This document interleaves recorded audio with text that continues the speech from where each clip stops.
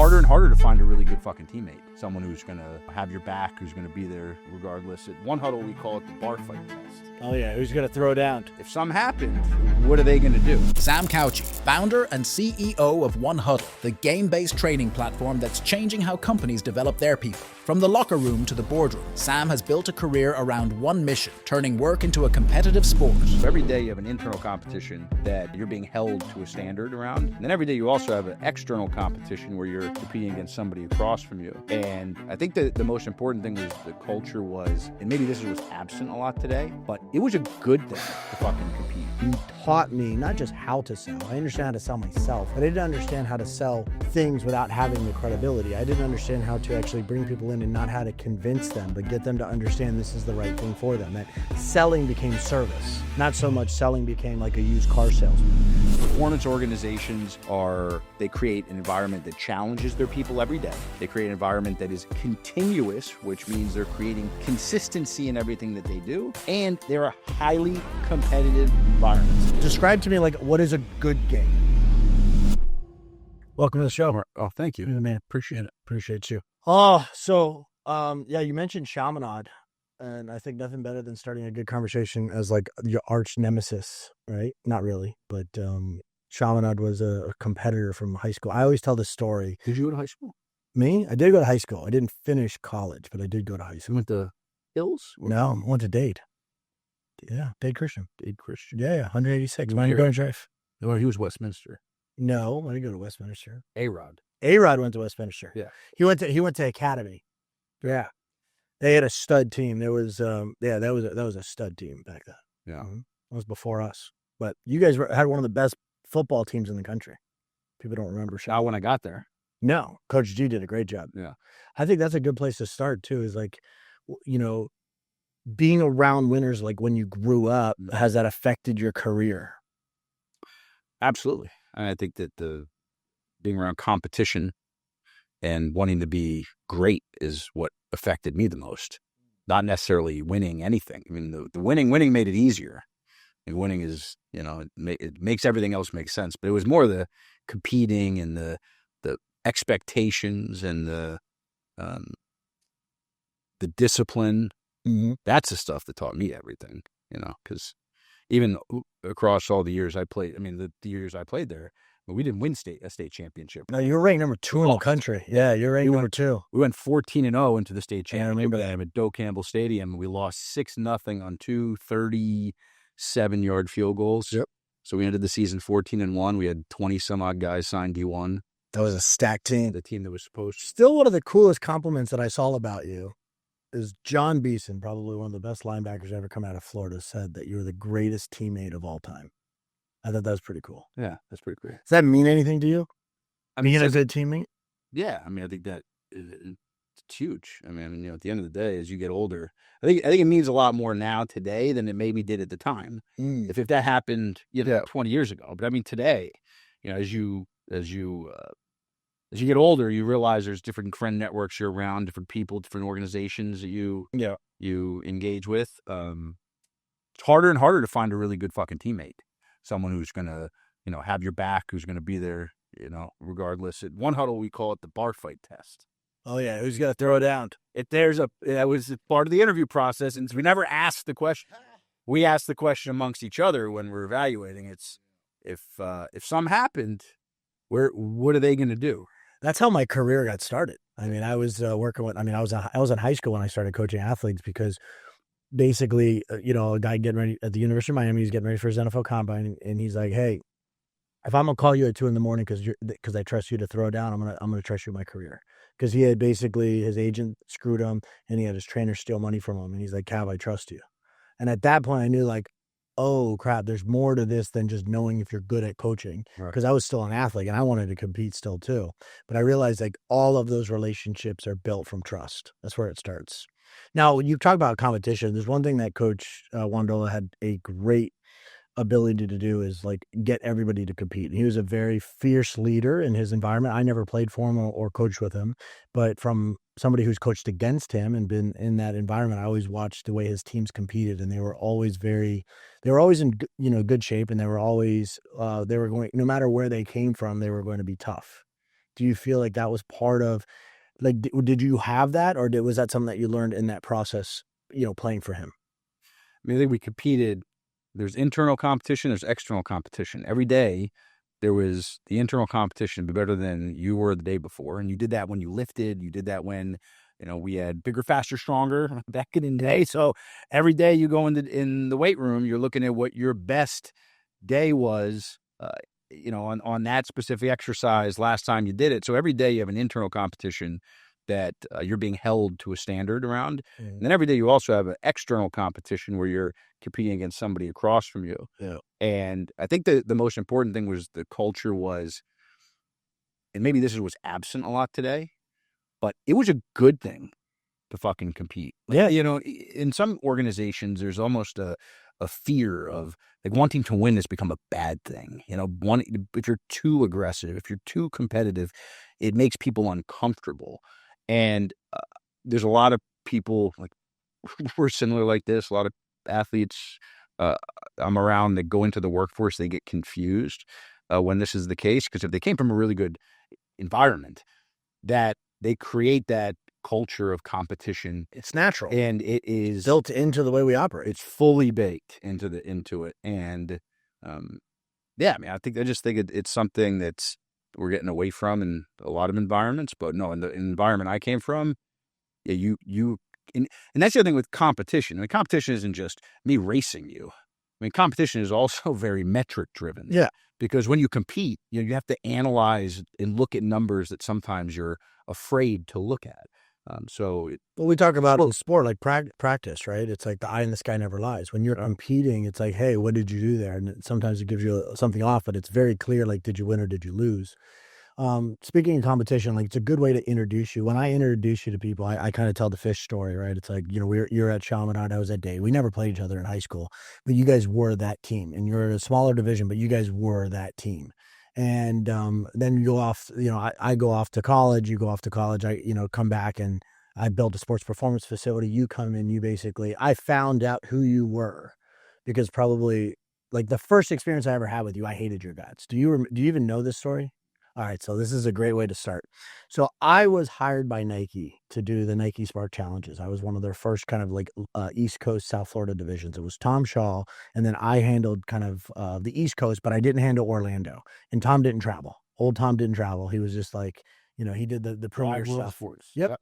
So I did all of like the East Coast, and a great group of guys, but those are like Nike lifers. They were at Student Sports at the time, and they were lifers. And I was this young coach, and I was going to, kind of make my name. And I would run all of those Nike Spark combines. That was me. And that was really where we built our book of business, because it was like Coach Kavanaugh, Coach Kavanaugh with Nike. Ooh, got something here.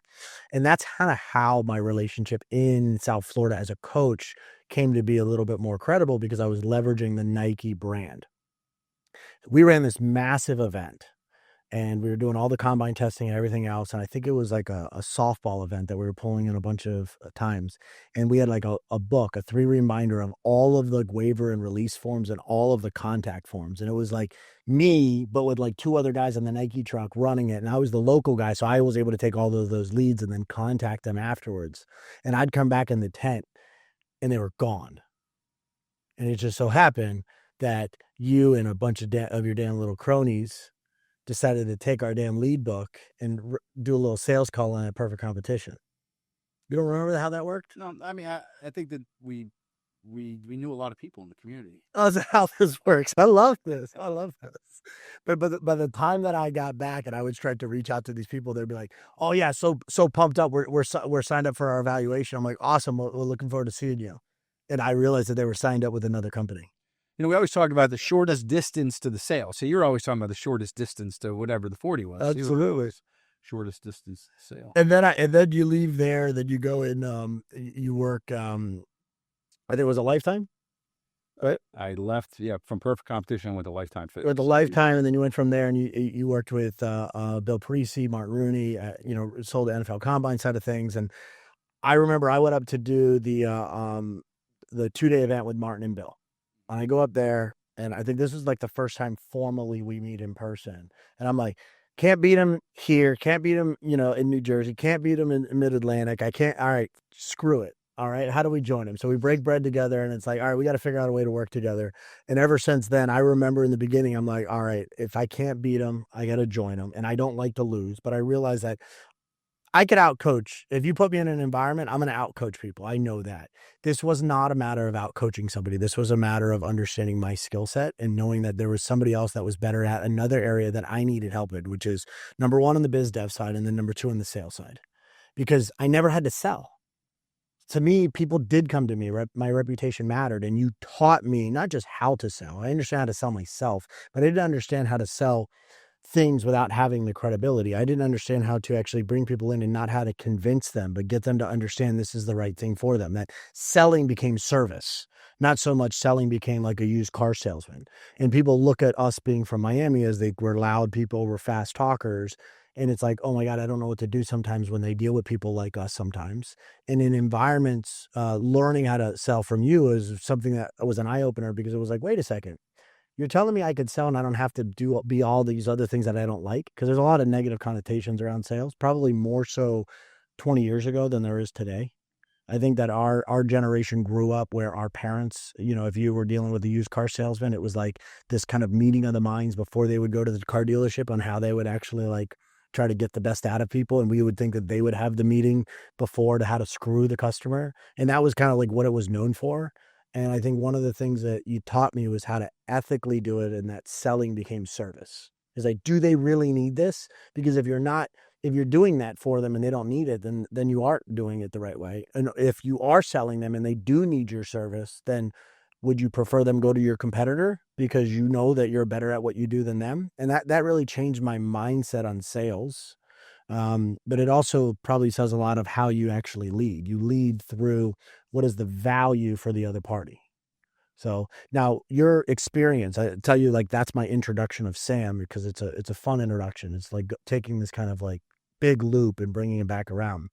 Here we are today, and you're running, arguably the number one training and upskilling platform for companies around the world. You've gamified the way that people look at their work, and you've taken that sports to business. But you haven't just taken that sports to business approach the way Mark Cuban would do it, right? That sales fixes everything.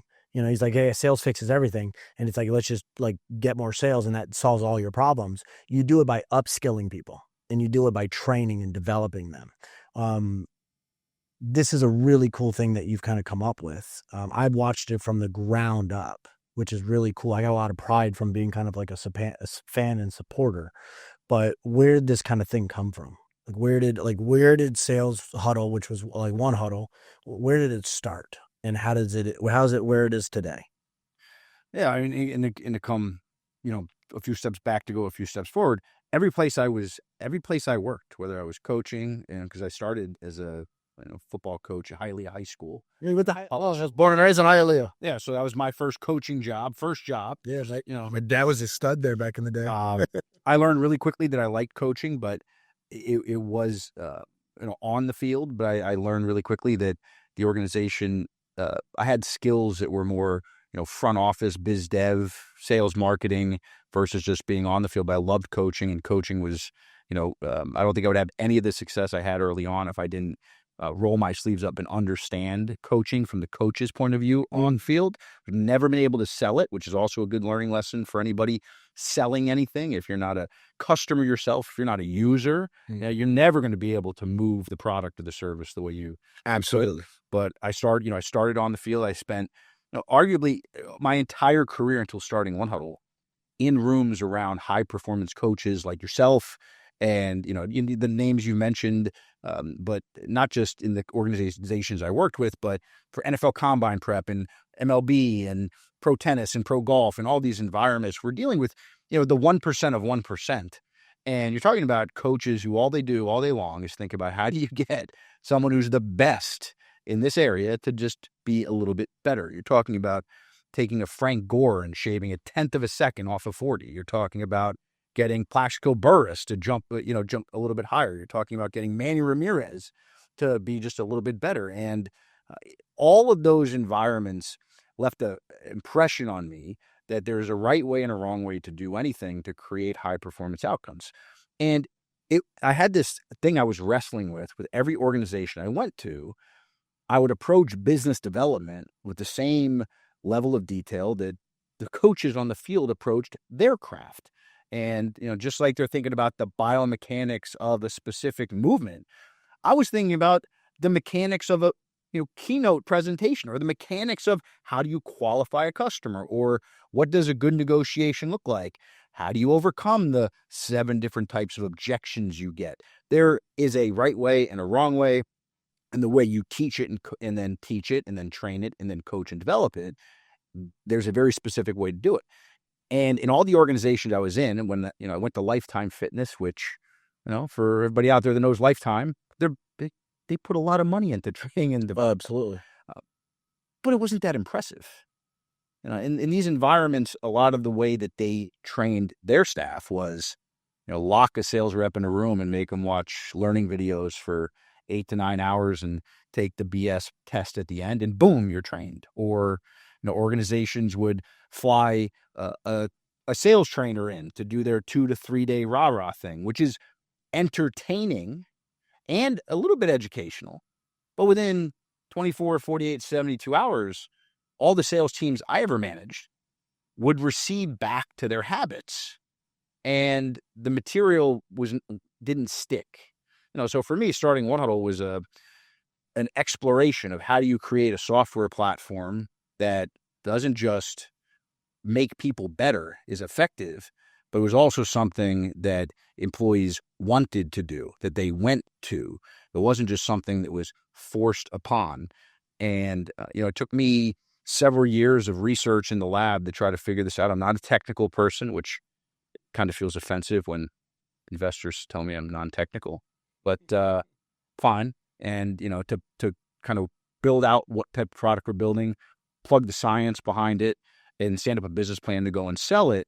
But to your question of where this came from, it came from a place of there's got to be a better way to upskill, reskill, cross-skill workers to get them from where they are to where they can be.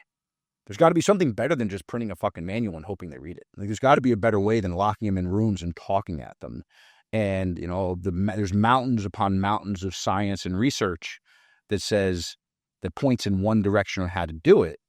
And it was no different than when we were coming up selling an active dynamic warm-up in a world of coaches that told you before practice the right way to stretch is to just bend over and grab your toes and hold on. Big fan of static stretching for everybody, just so you know. Huge. But I think it's so true, because when you have this kind of paradigm shift between the way people think about like training people, whereas they're like, well, why can't I get A players? Well, you're not attracting A players, but do you have an 8-player environment they're going to work in? For me, I always thought it was fascinating, because if you look at Alabama, where you went to school and you played, and you look at schools that have a legacy of high performance, and when you go into those environments, and why do certain coaches, when they move from one program to another program, they still have that level of consistency? Maybe they don't win at all, but you could see this like high performance culture is one in which it's adopted quite quickly, because they get rid of the stuff. They rip the Band-Aid off. One thing that I always found fascinating is that in business, just the lack of standards, that it's like, well, we'll get it next time. And it's like, what do you mean next time? And even in practice, I found it to be fascinating when I go into a program that I know is just like not a great coaching program, is the classroom is about getting them to understand the purpose of the drill. So before they get out to practice, the drills are set up, and then you are not teaching the drill, you're coaching. But most coaches, even in the NFL, even when I go into, Division I programs right now, if I go across the country, I still see it. I go to the practices and I get to that individual period, and I literally see a coach stopping everything and explaining the drill, not for the third or fourth time where he's like tightening things up, but for the first time. And it's like, at the highest performance environments, that work is done well before, so that when you get out there, it's hit the whistle and let's go. You took that to digital in an environment where, you know what, business is not ready for that. And I think that you were too early in the beginning. I think they're like the gamification side, like you probably hit this perfect, like you're millennial, you hit this kind of window perfectly, in my opinion, where now the technology's finally caught up to what you were doing. But you were doing this with like iPad games and like old school a little bit now, like kind of Jeopardy structure. And now it's very like meeting people exactly where they are and then gamifying their process so that they're ready. What about the kind of the parallel between how you work on a football field, like training somebody on a field, getting them to understand the playbook, to implementing that playbook on the field, from a classroom to the field, do you see in business? On how it should be? Yeah. Yeah, I mean, again, coaching is teaching. Teaching is the ability to inspire learning. When you are in a workplace, you are teaching an employee how to perform a specific job. And when you break a job down, this is where we get into the mechanics of it. You break an offense down, it's broken down into a series of positions who have a series of responsibilities. No different in a workplace. You have a job. Jobs are broken down into a series of roles. Roles are made up of specific tasks. Those tasks have specific knowledge sets you need to know, and then they have skills that need to be developed. But the gap between knowledge and skill is habit. Mm-hmm. Because if you know what to do, but you don't know how to do it or don't want to do it, it doesn't matter that you know it. And where a lot of organizations miss the mark that sports gets is sports understands. The best coaching environments know, like you mentioned, we have a classroom session. We're gonna transfer the knowledge from my head to yours through PowerPoint, through chalkboards, through all types of mediums. By the way, it won't just be one way, because we're gonna come at your ass from every way. You have to. Because it isn't an either or, it's an and, which comes back to the other gap in a lot of workplaces is we think we have one modality, we check a box. High-performance organizations don't have a single point of failure. No, they have an outcome-driven goal. Like everything is outcome. They don't care about they don't care how hard you worked. They don't care what you did. They care what happened. Yeah, it's a EBITDA-based, profit margin-based business. Even though you don't think about it that way, there is a score, and there is that goes on a scoreboard. And what about you? But every Monday when I came into the weight room, there was a sheet up on the board, and if you played offensive line, every player had a grade for that prior week's game, because the coach over the weekend, and this happens in college environments and pro environments, players get a grade for what they did on Saturday and what they did on Sunday. And that grade is broken down into how many pancakes you had, how many blocks did you miss, and there's specific KPIs that roll off. I had to play for every rep in practice, every rep in a game. I had more practice reps than game reps. But I definitely, I took that really personal. I think that there's a fallacy that people say, don't take it personal. This is just how I'm managing. I'm like, I want you to take it personal. Like, that's how you get better. And I think that today we're in a state where they're not taking their job personal. They're not realizing it. It's their reputation.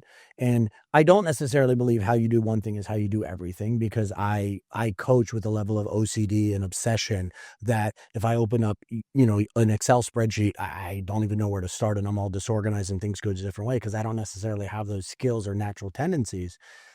But that allows me the space to where when I'm in my area of expertise, I'm incredibly obsessed and super focused, like a sniper at what I'm trying to accomplish.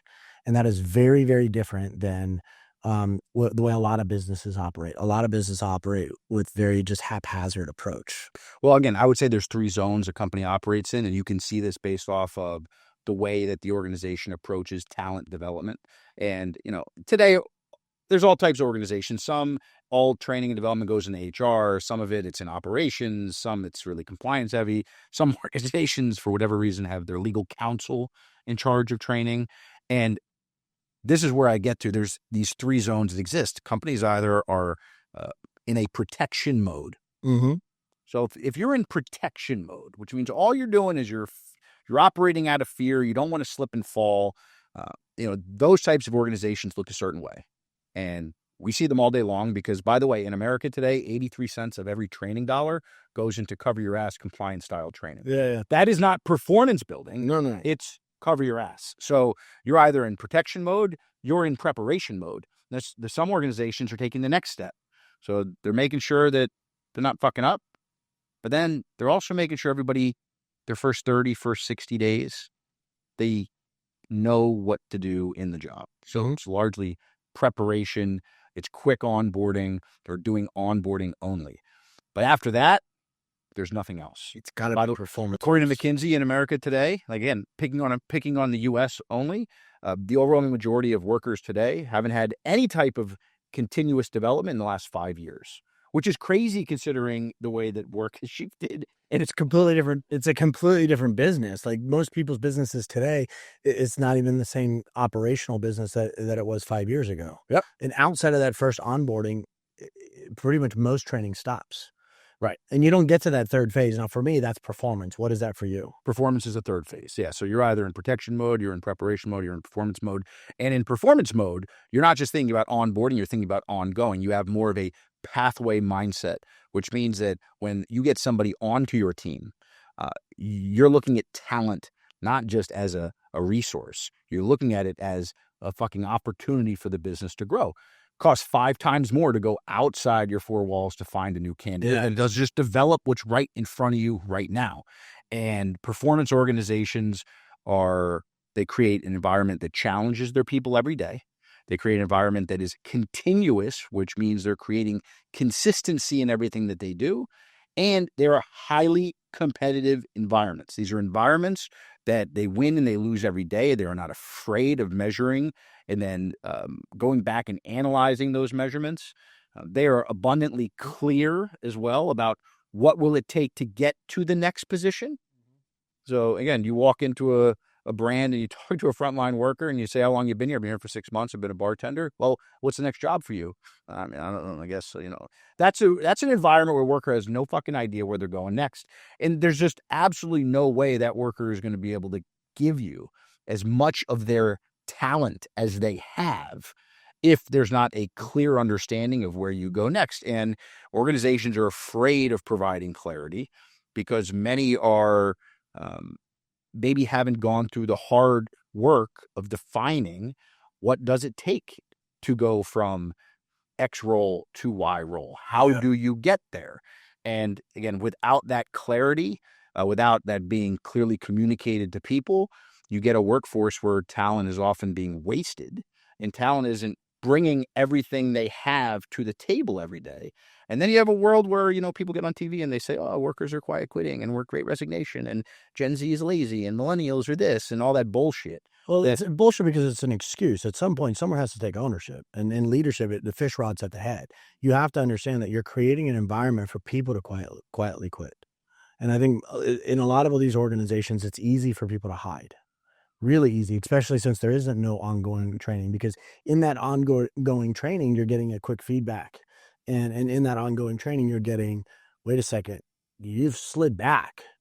Or there's a scoreboard and you're crushing it and like getting that recognition of the person who's like doing great work and highlighting someone who's super positive. But how can you be running a high performance environment? Like, would your coach ever walk in, and you've been around a lot of amazing coaches, would they walk in and be like, hey, other coaches, people are quiet quitting right now? If they had the sense that something like that was happening, they would have fixed it or attacked it without having to sit back and have enough time to come up with a sexy enough label that they can tab on it and, pay $1,000 for a Forbes article to go out there and, get scaled to the market. They don't have time for it because their finger is on the pulse. Just doing the job. And they're reacting to it. Like the new one now is job hugging.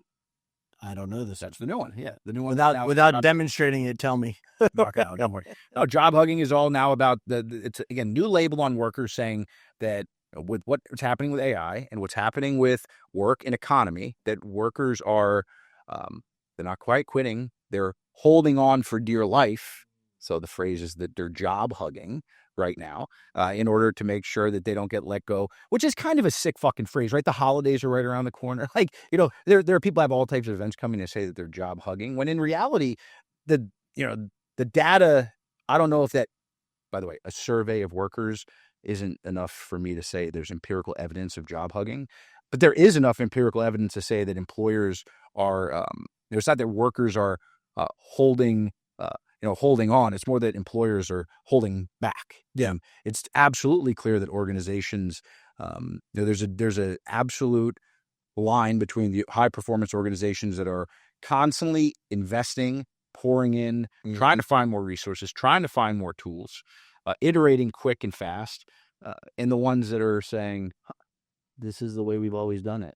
Well, that's the worst thing. I mean, I think it's interesting because if you look at where, you and I both have worked in the environment at the NFL Combine level, and that's kind of where I got kind of my brand was really built, because I went out there with 8 guys, and we were 1-2 guys per position, and we're still breaking records. We're doing something in an 8-week window that couldn't be done in 8 years. 4 years of high school, 4 years of college, that these kids weren't running the fastest 40s. They weren't jumping the highest verticals. They weren't broad jumping and doing all these drills and looking the part, and we're preparing them for the ultimate job interview, even though it has very little effect on what they do in football, but it does show them how they prepare, and it shows their ability to focus. We have to quickly iterate everything with a very specialized need. So we're curating the journey for that individual on everything, whether it be, their nutrition, their supplementations, their rest protocols, their training protocols, their speed protocols, their recovery therapies. Not everybody responds to everything the same. And we're dialing in everything at the individual level. A lot of businesses use that as an excuse, and they say, Cab, you come from the NFL, you come from a high performance environment, you come from the Olympic level. We can't do that in business. We can't create an individual model. But by the way, not just businesses make this excuse. When I go and consult at other college programs or other NFL programs, they make the same excuse. And then I say, hey, this is why you're going to lose, because someone else is doing that. When we win, we are preparing at that level, and that the individual level has scale if you have attention to detail and you can work off of frameworks. But most people won't put the work in to create that level of detail. Do you find that is the same excuse that business owners give for training their employees or building them up, where they're like, well, it's just too much work to meet people with where they are? Yeah, I mean, it's easy to stay on the sidelines if you don't commit, if you don't put any resources around it. It's a safer bet. I mean, how many organizations have you known over the years that have leading sports psychologists and biomechanics PhDs on their college campus, but the strength coach has never gone and talked to that person? I mean, again, without saying names, I know a half a dozen leading PhDs and authors who are on college campuses, and the strength coach at the school there has never even walked their ass in to say, hey, can I read your research? Which they would most definitely share and want to have some type of relationship. So I think, I think it's, it's this syndrome of being on the sideline and not taking action. How many times I get asked by organizations, what's the ROI of your product? And I understand the place that the question comes from, but when an organization isn't doing anything when it comes to staff development, and their entire talent development program is a bunch of fucking flashcards and a bunch of Quizlets that they're not even building, their employees are going out and building on their own because the organization isn't doing enough. When that is the culture that's occurring, the last question you get to ask me is what's the ROI? Because the reality of it is, if that's the question you're asking, you're absolutely not going to be able to use a platform like ours inside of your workplace because you're operating from a place of resistance. Yeah, well, most businesses, the biggest fear in business to go out of business is cash flow.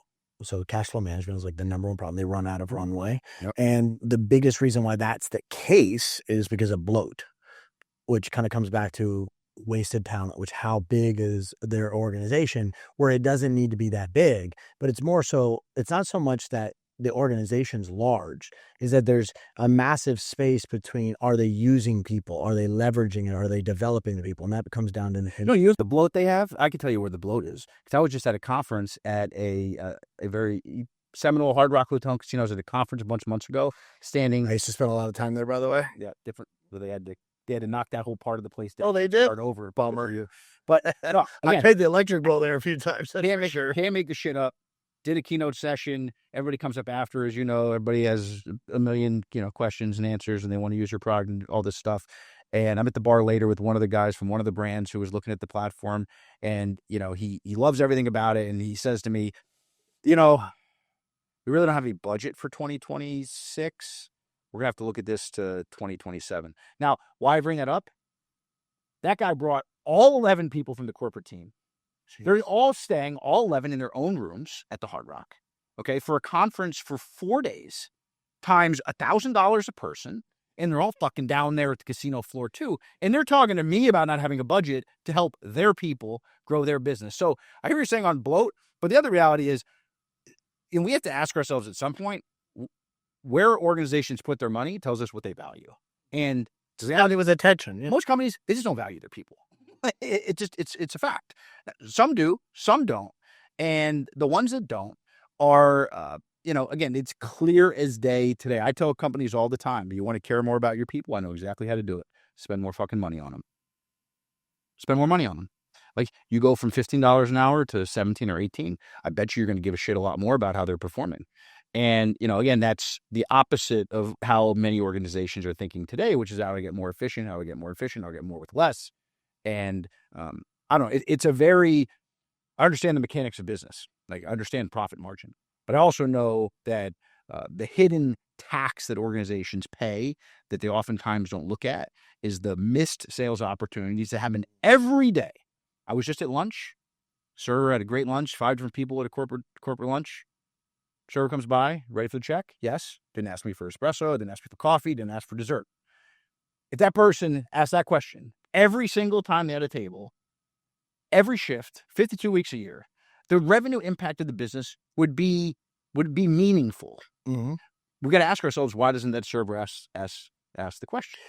But it's in their best interest to ask the question too. If you ask for dessert, if you ask for espresso, if there's anything you can get them and you treat people well, you're most likely going to increase that ticket. If you increase that ticket, then just by nature of just human nature, not going into crazy business numbers, most people are going to tip in accordance to the total bill. Most people. So if you add in an espresso or dessert or an appetizer or another drink, your bill jumps drastically. And if it jumps 20, 30%, just purely because of the conversational aspect of that server, they're going to get paid more. But they don't even realize it's in their best interest. But from a employer standpoint, on a restaurant business where the margins are a little tighter, how important or how impactful would it be for them to ask that across every single seat in the house, every single day? Make a huge difference. Again, I think that this is one of those things that can always be debated, and it always comes back to what vantage point are you looking at the problem from? Do you look at something like that and say, why isn't the employee doing what they're supposed to be doing? Or do you look at it as, why hasn't the manager created an environment where it just happens? And for me, I think that right now in work, it's this massive game of telephone. And just like any game of telephone, by the time the message gets from leadership to senior, from, again, C-level to senior leadership, to frontline management, to the employee, to the guest, the message is totally distorted. I'm 6'4" with a full set of hair and a 6-pack. That's the way I want those telephone messages to translate. Yeah, you better pull more marketing spend on that. So, but that frontline employee and the guest experience, that conversation is the one that matters most. And how do you affect the frontline person to affect the guest? It's through the frontline manager, the person closest to them. And the problem in work today is that is the role that is the most. I actually think it's less developed today than the frontline employee, and the frontline employee gets nowhere near as well. That's the lid. The law of the lid is that person is unfortunately not going to get the training it needs because that person's on top of them. Well, the frontline leader is often the person that's put into that role because they're the last one standing, or they're the one who, again, is the best seller that we put into a management function. Now, the manager's job is to care about more than just themselves and their own quota and their own individual ability to contribute. But you come all the way back to this issue of performance. Frontline leaders say in the workforce, if I was an organization trying to take a first step, if I was taking a first step tomorrow, I would be building out a curriculum that's mapped to specific behaviors for developing the function of the person that's responsible for the development of my frontline. And, there's 3 different types of personas that live in that role. You have managers all day long. And, the managers is the overwhelming percentage of the folks in that role. Then you have leaders, and then you have coaches. And say the best managers are leaders, the best leaders are coaches. Managers get you to do it because they told you to. Leaders get you to show you how to do it, and coaches get you to want to do it. And back to that server, that scenario I had, I don't necessarily believe that worker doesn't know to do that. I think they didn't do it. And from a leadership vantage point, we should ask ourselves what went wrong with the general manager in that within the four walls of that space to create an environment where that worker said, I have skills I could give you today, but fuck you, I'm not going to give it to you, because that's what happened. And, we could say that, oh, well, they missed out on opportunity, jokes on them. Well, there's 30 or 40 other servers in that building too. And the general manager is the one that is responsible for the development and the care of their frontline.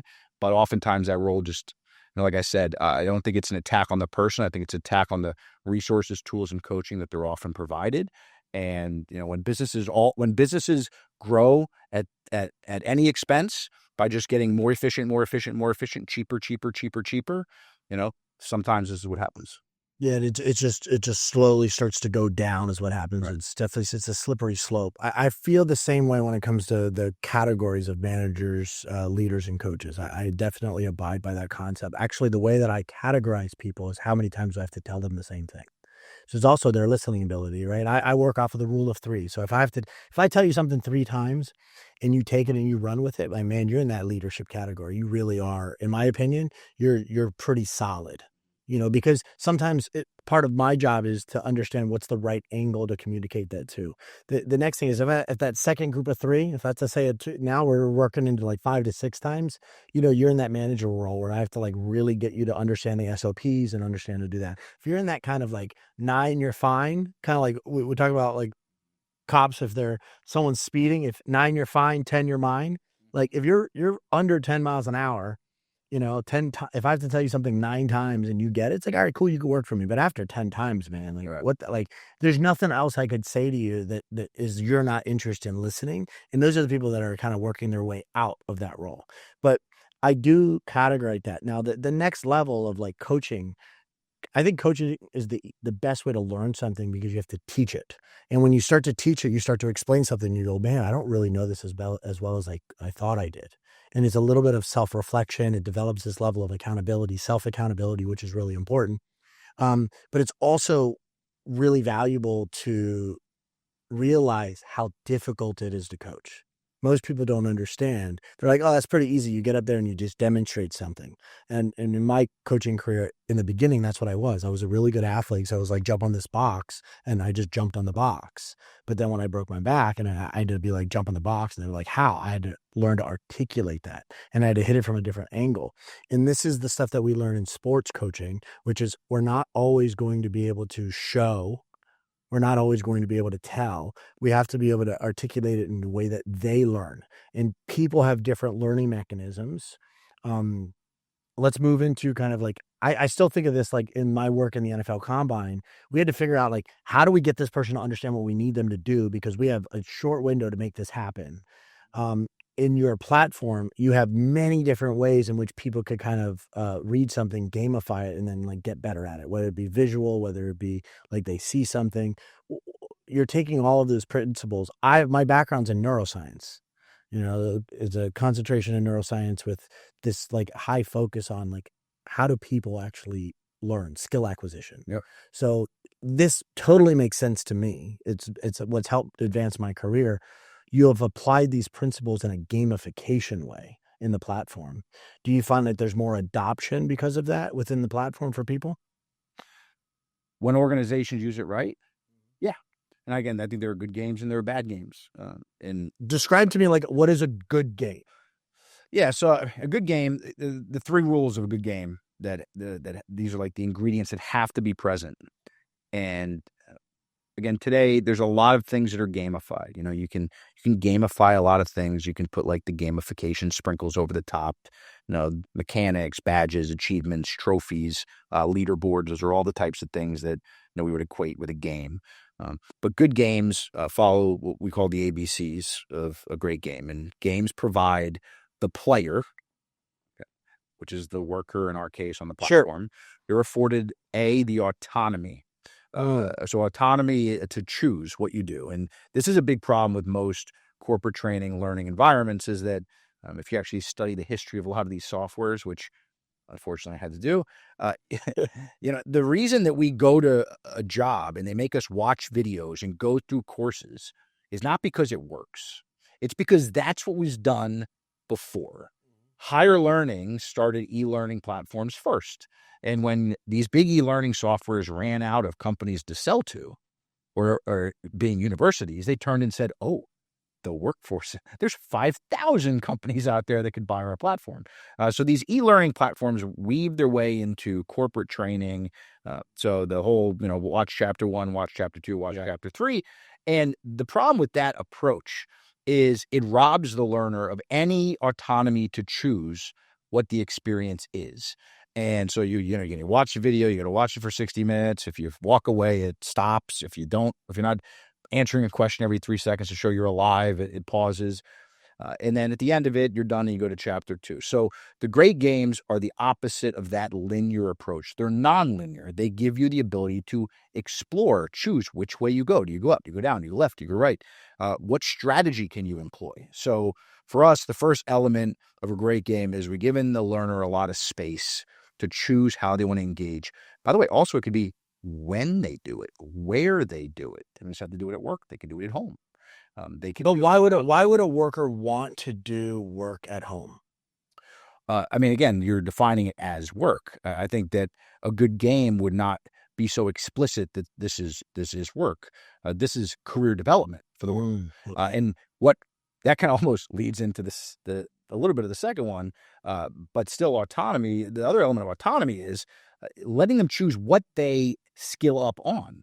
So if you work at the New York Mets, who are a client, and you're going through games on how to sell and service New York Mets content, but they're also allowing you to play games on what it looks like to be a solar panel technician, or games on how do you open a bank account, or games on like AI best practices.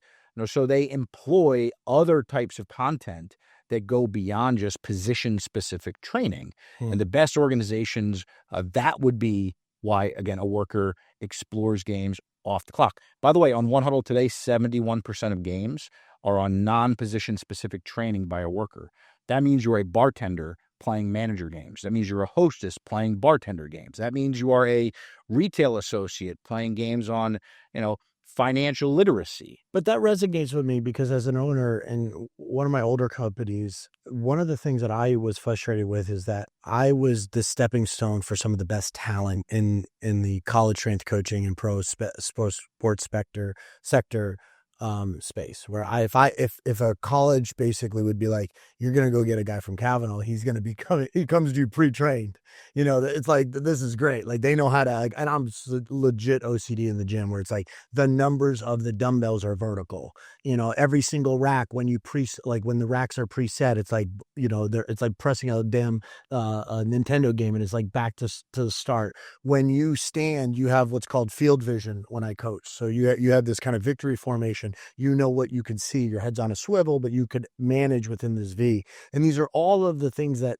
I have developed within an internship to a development process to training somebody. But that company did not have the scale for a career development. And it did to a certain point, but it wasn't capable of becoming a career destination because the opportunities within the business wasn't big enough. The business that I have today serves, almost 100 employees globally, and it has the ability to take somebody in from an internship or apprenticeship, to like a first-time worker, this is their first job, to somebody who is managing, a team, who has now who's a delivery lead, who's managing cross-functional teams, who's somebody who's a head of like an entire division or guild. And they have this ability to kind of have a career destination. They could come into our environment today and almost kind of like choose your own journey because the business is big enough. I didn't have a business that was big enough then to do that. And it was this like kind of stepping stone. You're telling me that people kind of find their interest through the training of environments like that, which I think is great because we have people that, because it was such a narrow path and there was like there was a stop, right, to their development. They had to like a very clear, like, if you want to become the best, like this is your roadmap for the next 24 months. And that was it. But for our business today, we have a roadmap for 10 years possibly. And those people, the ones that are the best at what they do, they explore things outside of their current roles. Yeah. Again, I think, remember, work was built. Like this is the way it was built. We have a choice every day within any economy as business leaders, how we change our workplace. The current model employed by human resource teams is one that was built in the 1910s and 1920s. It's like the education system. We have a factory worker mindset, which is why we teach to a position, we put you in the position, and then we extract your labor and pay you a wage. And that's the trade. That there's no judgment. That is the model today as it exists. In a future of work where you will unlock more effort from labor, if that's how we want to look at it, a person is just labor, there are a bunch of hours and effort. If we want to extract more, and that is the goal, then it is actually good business practice to create an environment where we allow workers to explore and unlock new learning opportunities instead of constraining them into a single space. Comes back to a game. Games are fundamentally built to encourage exploration while keeping you on a path. Like, any great game well-designed knows there's level 1, there's level 2, there's level 3. Zelda, baby. But again, allowing you to have the space to decide how you engage it. The final two pieces on kind of that ABCs is you then have to give the individual a sense of belonging, where they feel they're a part of a community. I mean, look at Farmville, look at Sims, look at Fortnite, look at some of the biggest games on the planet today, and they create community that is something that no LinkedIn learning platform in the world can create, because again, they unlock a sense of choice, so autonomy, they give users a sense of belonging, and then the third piece is they show them they're capable. There's a level of fulfillment. Yeah, and again, that is fulfilling when you have an achievement. It could be a trophy, it could be a badge, it could be a certificate, it could be some type of credential. But when you're on level 52, or you're a United 1K, or you're Platinum XYZ, these status tiers are meaningful, and they signal back to the learner that they have an ability that they recognize. And I mean, damn, if we didn't think about all the best teachers you ever had in your life, and I asked you to break down what made them someone that had such a positive impression on you, what will come out as part of a bunch of other things will be that they recognized you, they showed that they cared, they loved you. Those are the things that happened. And so games provide the natural that's what a game is built to do.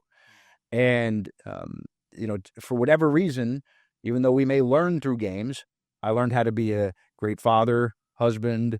Some will learn to be a great mother, wife, worker, through the sports and the coaching that impacted me. Yeah. And we should find ways to inject that into everything we do to create high performance. But when work is not give you autonomy, it controls you. When it doesn't give you a sense of belonging, but makes you feel like you're kind of ostracized, or you're siloed, and it doesn't show you're capable, but it always tells you what's wrong. Which, how many people wake up and their manager comes up to them and tells them you did a great job today? Doesn't happen as much as it probably could happen. Then you have a workplace that is not high performing, it's low performing, and you don't get to call it quiet quitting, great resignation, all this other bullshit, when that's the culture and the environment you create. That makes sense.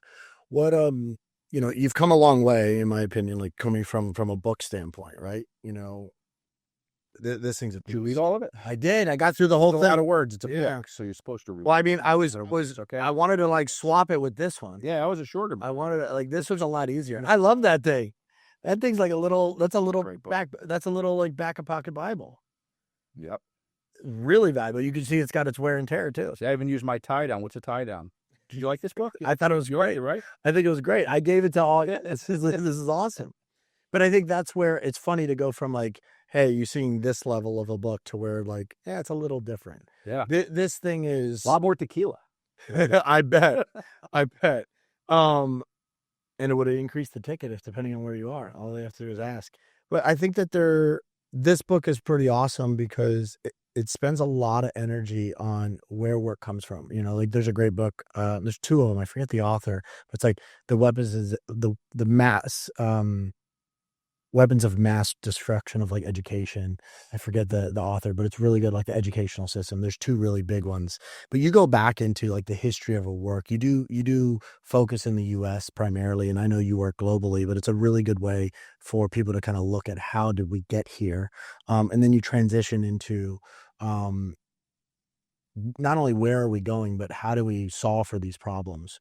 What made you write Wasted Talent? What was the reason behind it? Because at the end of the day, like, you're running a business right now. What was the purpose behind writing this? Yeah, and I know you got a lot of people out there that are entrepreneurs, starting a business, have a business, or they're in a business that is entrepreneurial. Um, the I'd like to make it more grandiose, but I wrote the book because I just had too much shit in my head. Like, after a decade of doing this thing, and then my career before it, my cup was running over with Sure. the things that were um, uh, on the tip of my tongue. And it got to a point where I said, I got to get it out. And, that's what really drove me to initially start writing. And I said, tell people the hardest part of writing the book wasn't the actual writing of it. It was stopping. Because work every day, every week, there's something else happening. I grew up in a family where my mom was not able to go to college because she grew up in a family that sent the boy to school, not the girl. My father, right after high school, he went away and then was in the military and then got into construction. So he didn't go to college. And, so I grew up looking around and constantly seeing people who had a tremendous amount of capability Yep. and skill, but because they didn't have the opportunity, they didn't have the access, their talent was not able to maybe be utilized the way it could be. So when I wrote the book, I really wanted to explore where work came from, and not trying to be an anthropologist here or anything, but trying to just dig into, hey, this is the way work was designed. The opening section is called From Zeus to Gen Z. Yep. Kind of, here we go, real quick. Let's talk about how work was built. I then, I feel like there's all this conversation today about the future of work. I'm like a 4 yards at a downtime. So looking at next week is Typical wing T guy. That's the problem. I'm not looking at next week's game. I want to see, this is where we are right now. So I think that the future of work is kind of fucked. I think that we should be thinking about the reality of work right now. Let's win the game we have right now. So I explore the realities of work, whether it's mass incarceration, it's poverty, it's AI's impact on work, automation's impact on work, wages, human resources, education, like you mentioned, and then ultimately provide a plan on how do we kind of the future forward. Hey, what are the 5 keys that we can all take action on, and especially in leadership roles, in order to create a future of work that is worth working for. And, organizations shouldn't be wasting talent. They should be winning with it.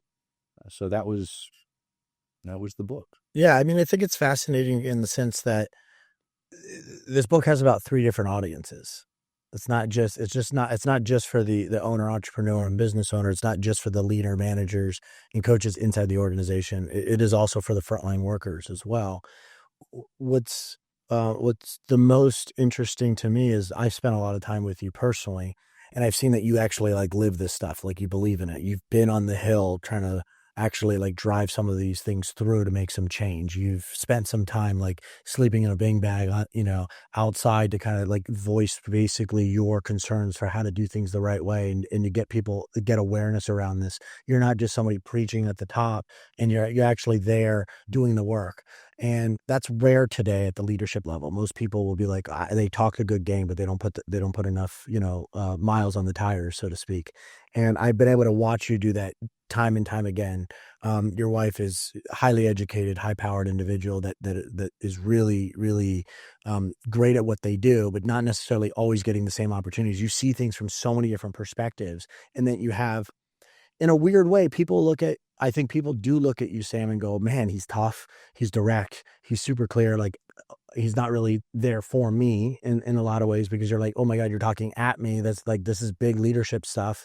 Oh my goodness, you must be all about big business, big profit line, because you're like saying, I got to get better. I got to get trained up. I got to up level my skill. But then on the other side of it, you're talking about paying people more, supporting them, creating an environment that is not just like checking boxes, but actually giving them a way to feel accomplished in their job, but then also creating a career opportunity to develop them. It's almost like you're living on the left side, the right side, the middle. Like you live in this world where, is it confusing because you're providing a story to everybody? Because most people, when they write something like this, they sit like solely on one side. I'm not talking political. I'm talking about on the belief system of business. They're normally big corporations or they're like frontline workers. They don't sit on the understanding of how business operates to where they could win on both ends. Yeah. No, I mean, I think you got to cross aisles, and you have C-level leadership and shareholders that, have goals. You have management and leadership in the middle that have goals for their careers, and you have, the worker, and that might be the worker all the way on the front line. That's, the housekeeper pushing the toiletry cart up and down the hallway. It might be the concierge down at the front desk, but you have to cross aisles. And I think that, specifically this book is talking a lot about your front line. And I believe, your front line is your bottom line. And for a lot of organizations, you oftentimes have a hell of a lot more workers on the front line than you do at the top of an organization. If you want to build strong, robust infrastructure, you need to find a way to activate them. So, for me, it is challenging in order to craft a message to each audience in a world where, everybody wants to, attack a thought before they process it. But I mean, the book has been very well received by audiences at all corners. Again, if you're a C-level executive trying to figure out how you grow your brand and you read the book, and again, this is, to your point, it's not a right thing. It's not a left thing. It's how do we grow this thing is what it's all about.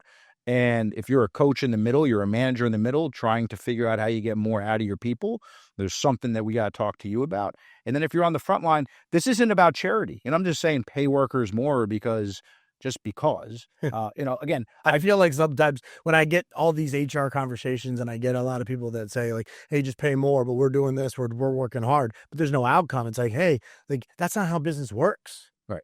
Well, again, yeah, I mean, I think there is, listen, again, work has been built this way.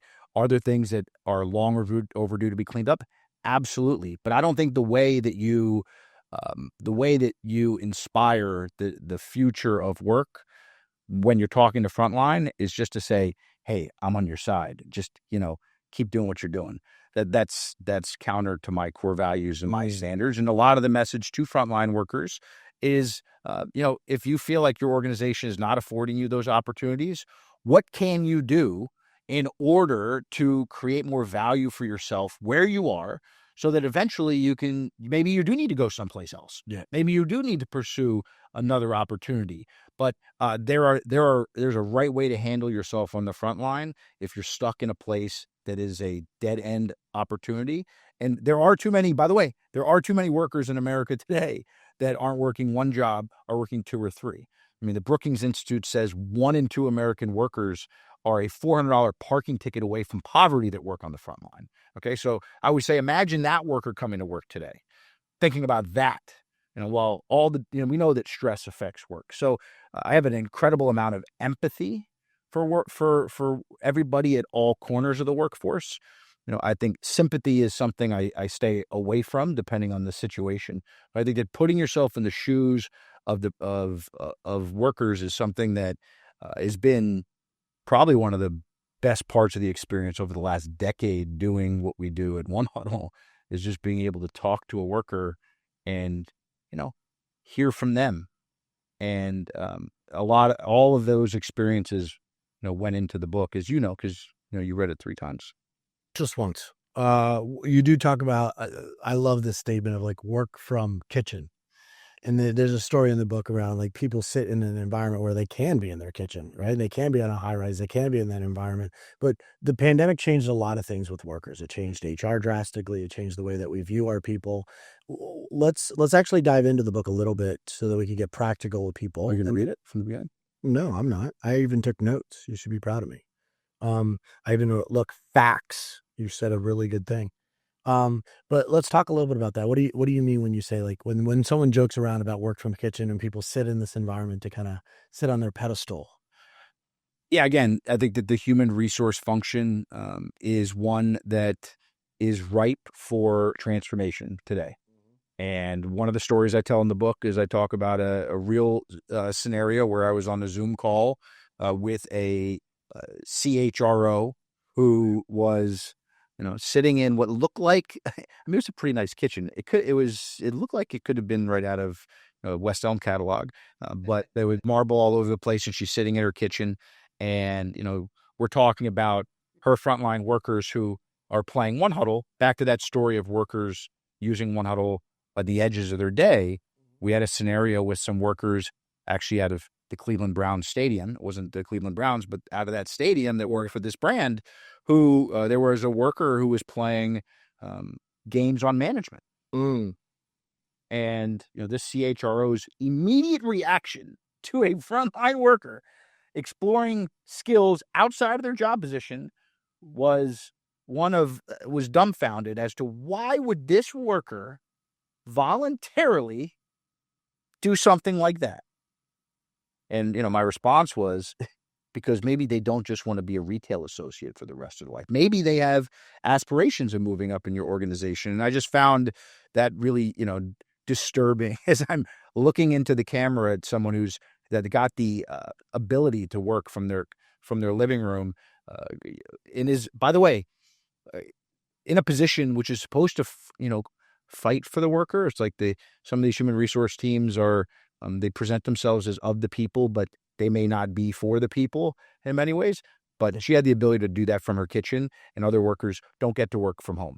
And that's also a real, indictment of the way we think about work, where all through COVID, all through the pandemic, we talked about remote work from home. And, 81% of workers in America are frontline workers. They don't have the ability to work from home. So it's also, I think a major disconnect today, where we think that everybody has the same privilege and opportunity that we do. And again, bring it all the way back to sports and coaching. I think the best coaches, they could put themselves in the shoes, in the seat of the players that they're coaching. It's a vantage point, right? Do you have a viewpoint like where you're, face backs, you're looking through the face mask with your helmet on and you're on the field? Do you have a sideline view, or do you have perspective of like from the coach's box? And you develop that eye to understand where you are, because you have to relay that information. That the information has to come from the player first. Go to the coach's sideline, see things at that level, and then go from the coach's box and be like, wait a second, I understand what you're saying, but I see a full field. There's a little bit more risk here to take, but then support them along the way. Yep. And it's really valuable. And I got a lot of pride. Like two of the best HR people I know, and I think are, they do care about the people, but they are still protecting the business, and they're doing it in a way that it's like rising tide lifts all boats. And one of them is Donna, she's been the HR director for Jose Andreas at Think Food Group. She's been at the Little Inn at Washington, which is, the #1 restaurant in the world, 3 Michelin star. And I've seen her kind of do this at all different environments, from a diner to a 3 Michelin star restaurant. And it's just the way that she approaches things is just very different. I also, Christy, who's our head of HR, I've watched her grow into that role, where I think she came into the role as head of HR, but she was basically a paralegal. She was legal in the company. And that was what the company taught her as HR. And then she understood and learned HR later, but when the company came in and say, hey, you're going to come in and take this role, she basically was legal. And that, to me, that's fascinating. It's like, if you're always there for the people, but you're showing of it from a legal standpoint, then all you're doing is covering your rear end. Yeah. Again, it would be like making the massage therapist be the one responsible for speed training for name your sports team. It doesn't make any sense. Now, the massage therapist plays a crucial role. The athletic trainer plays a crucial role. The nutritionist plays a crucial role. The strength coach plays a crucial role. And one of the muddy, this is why I say HR needs to be transformed, is as you look at the HR function, the tent has become so big, and there are so many specialties underneath that tent, that it is at times made the entire function not effective when it comes to talent development, talent acceleration, talent spotting. And that's the problem with, and it's not a individual human resource. I don't point fingers at the HR person. I point at the strategy, because a lot of times in the book, I'm trying to challenge organizations to sit down, roll their sleeves up, put on a board, is this really the type of operation we want to accelerate the talent within our workforce? And more, again, the data is abundantly clear. Overwhelmingly, the human resource function today is a cover your ass function. It's fundamental responsibility and it is to the shareholder. It is not to the worker. And that's the way it was built. Go back to like Taylorism in the early days of, in the early days of the factory worker in this country. And the organizations are doing it right, are thinking about people function. They're thinking about talent development functions. They're thinking about bringing in specialists around skilling and coaching and mentoring. And they're doing it a little bit different. It's, I'm optimistic in this moment that it's happening more and more, but there are still too many organizations that wake up and look at HR and say, kind of like, our lady from the kitchen, all they give a shit about is, did they do their annual sexual harassment training? Yeah. And, that's not... Did they check a box? That's not skill building. I find you to be actually quite an advocate for HR leaders in their company if they're focused on actually providing more value to their people and to the business. But if they're only there just to check a box, I find you to be like, wait a second, you're hiding. And I think that in general, that's the bucket that I'd put you in, is always somebody who's like saying, do you create holistic value to the environment that you go into? Meaning, are you protecting the employee and adding more value to them and their career opportunity? Is the business actually getting bigger and creating more opportunity because it's actually making more money? And does it actually provide a better product and service to the end user to where everyone is actually winning? That's normally the way that I've seen the way that you've come into environments through your training. If an HR, if it is always my test, if the HR function would be nervous about moving their compensation model to 50% base, 50% bonus tied to employee retention, if that would make them nervous, you have a gap. You have a disconnect. Now, again, you might say, that there's too much that goes into employee turnover. Okay, well, what about performance outcomes? What about recruiting spend?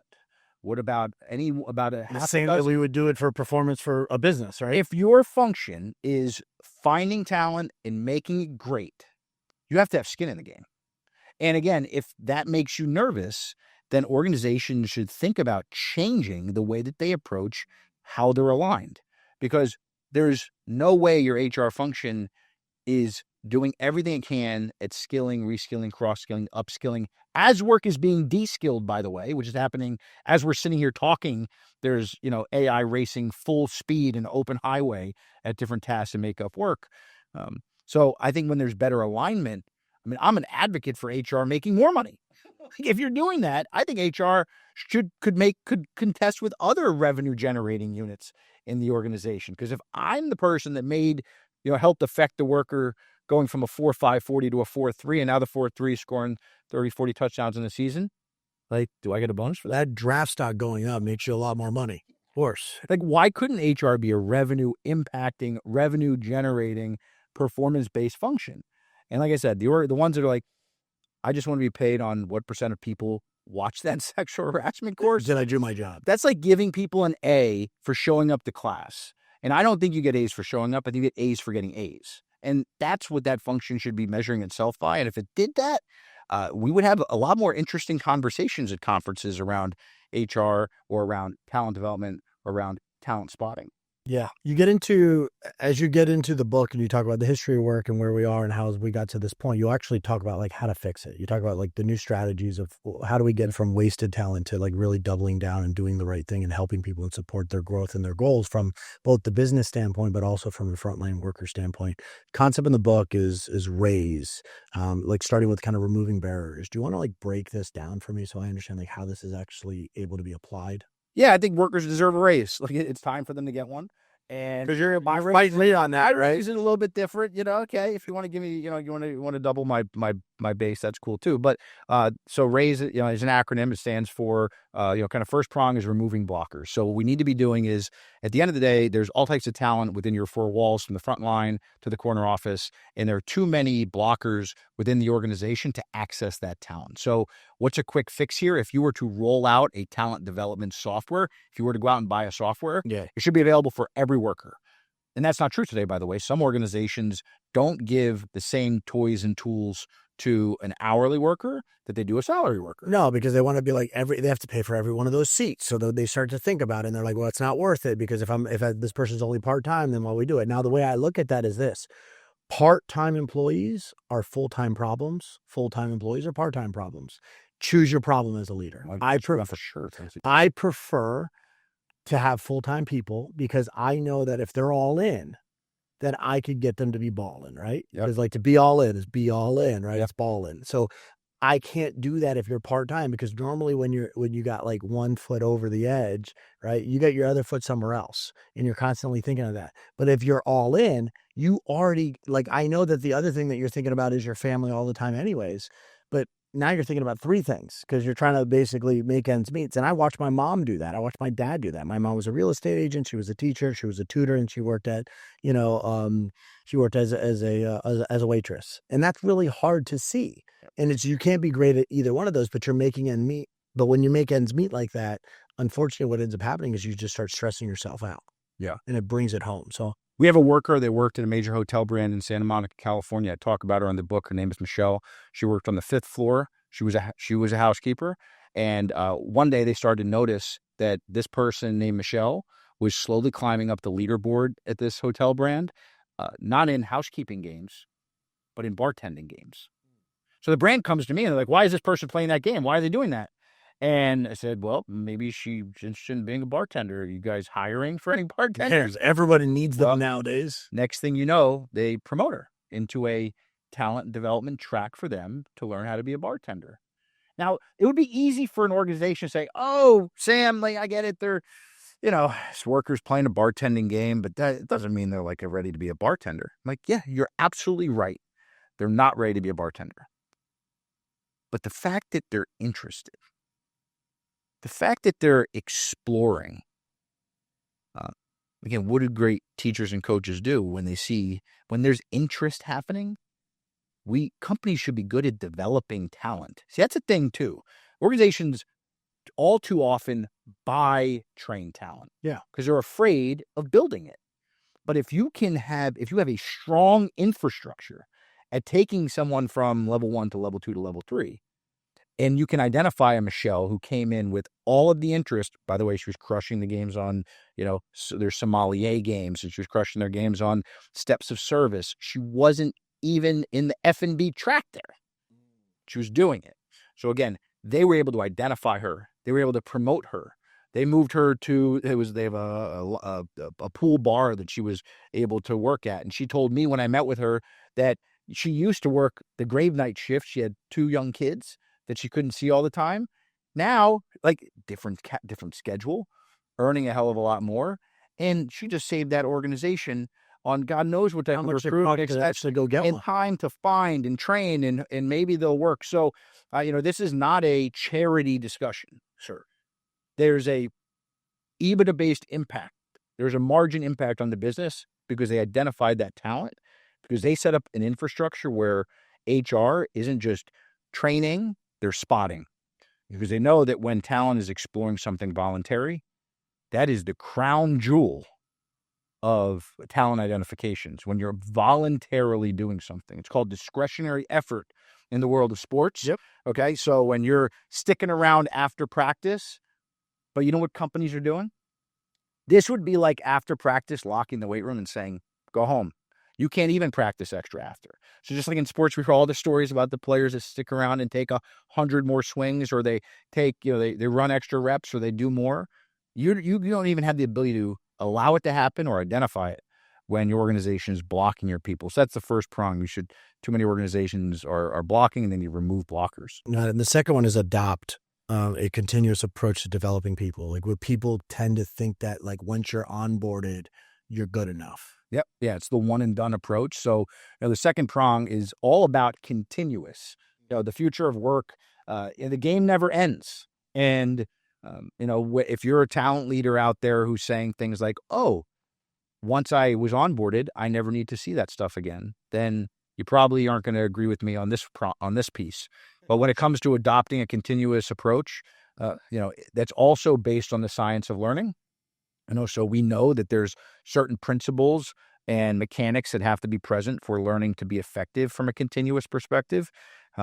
For us, we think about retrieval-based practice, which is basically testing you on something before you know it, introduces failure into the learning environment. Failure is the best teacher you'll ever have. And stop, period. Like, failing and struggling and wrestling with something is good for you. Having something handed to you, like I always say, like, the learning management systems are like the Ozempic of learning today, right? You get quick gains, and then eventually it comes all to like 99.1% of the weight you lose. It's coming back. So, so again, adopting a continuous approach means this is not one and done.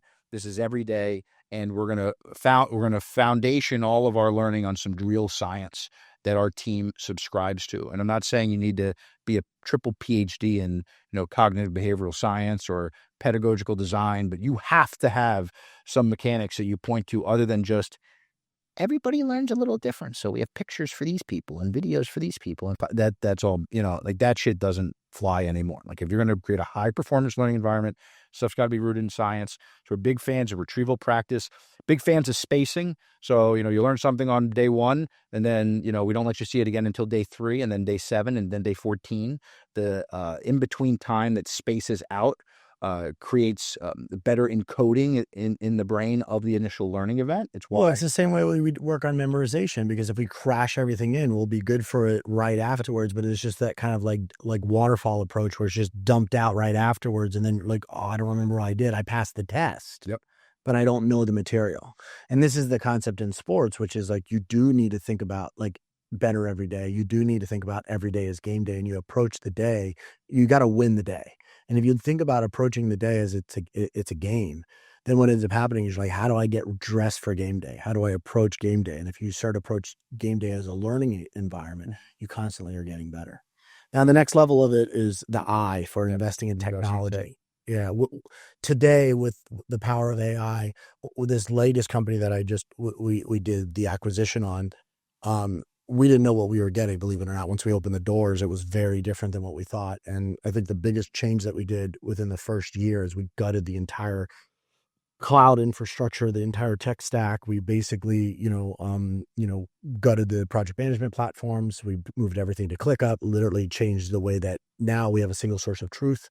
People are no longer hiding in Discords and other communication platforms. People can't just kind of scoot over here in these other environments. You talk about people hiding in Slack because it's just an easy way for Yeah, it's an easy way for people to kind of be like, well, my friend Chris at ClickUp, he talks about like there's taggers in ClickUp. They're like, hey, did you look at this? Mike, did you look at that? Mike, did you look at this? Well, and then Chris is like, hang on a second. John, that just tagged 7 people to look like you were busy. Why didn't you do all of those things? Because you could easily have done it. And I thought it was pretty funny because it's so true. It's like in Slack, if you're communicating, but you're not communicating where the work lives, you could hide because you could just be a tagger. But we had to change the entire tech stack of the company because you had no single source of truth. You had no awareness, and people were operating in archaic, machines, and they couldn't move fast. How is the power of technology playing into the workforce today to where we could like level them up to actually help equip them so they have the right machines?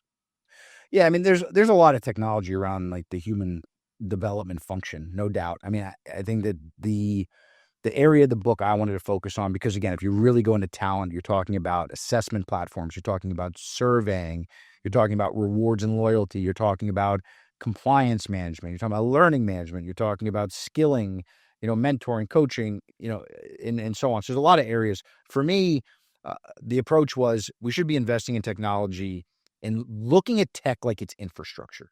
So if you're spending a lot of money, I know a decade ago, all you needed was CRM to survive in this world. But today, you can speak to, there's a lot of tools you have around your sales function. We were on that. Remember those early Salesforce $5 days? Yeah. I was laughing because we were just talking about this with somebody about like, I remember, and the thing is, it got me confused because this was like around like 2005 and it was like $5 like Salesforce. And we were like using this platform, and like where it is today, if you're on that old school platform, it's amazing. Now, there is so many things that it's not that you need to have a duct tape approach, but the technology has advanced past that. But I just started laughing because it was brought up just the other day.